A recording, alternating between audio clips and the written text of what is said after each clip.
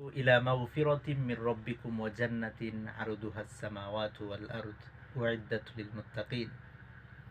আল্লাহ পাক রব্বুল আলামিন বলেন, তোমরা দৌড় দাও ইলা মাগফিরাতিম মির রাব্বিকুম, তোমাদের প্রতিপালকের ক্ষমার দিকে, ওয়া জান্নাতিন আরদুহাস সামাওয়াতু ওয়াল আরদ উইদ্দাতুল লিল মুত্তাকিন, এবং জান্নাতের দিকে তোমরা দৌড় দাও, যে জান্নাতের প্রশস্ততা আসমান এবং জমিন সমতুল্য।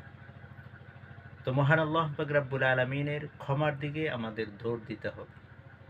যখনই কোনো গুনাহ হয়ে যাবে, আল্লাহর কাছে সাথে সাথে ক্ষমা চাইবে, কারণ মহান আল্লাহ পাক রব্বুল আলামিন বান্দাকে ক্ষমা করতে ভালোবাসে। আল্লাহ পাক রব্বুল আলামিন ক্ষমার জন্য সব সময় অপেক্ষা থাকে, কখন আমার বান্দা আমার কাছে ক্ষমা চাইবে। এজন্য আমাদের যখনই গুনাহ হয়ে যাবে, আল্লাহর কাছে ক্ষমা চাইবে।